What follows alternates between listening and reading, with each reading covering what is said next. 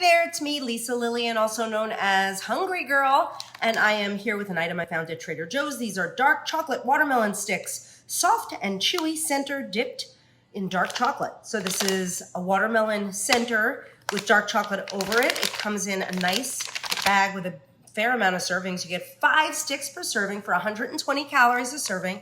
They're just under 25 calories a stick, low in fat, 2.5 grams per serving for 5. So very, very low fat.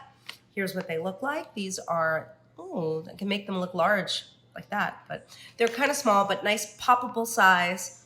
And let's give it a try.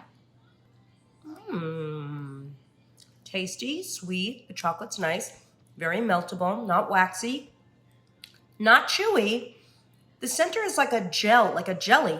Remember those raspberry, I think they were made by Joya? My dad loved those. Like a dark chocolate covered jelly, only with watermelon flavor. So that's new and different.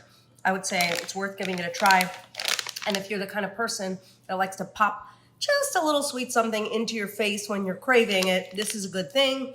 Only, again, about 24 calories each, and comes in a resealable bag, which is helpful if you don't want to just eat the whole bag.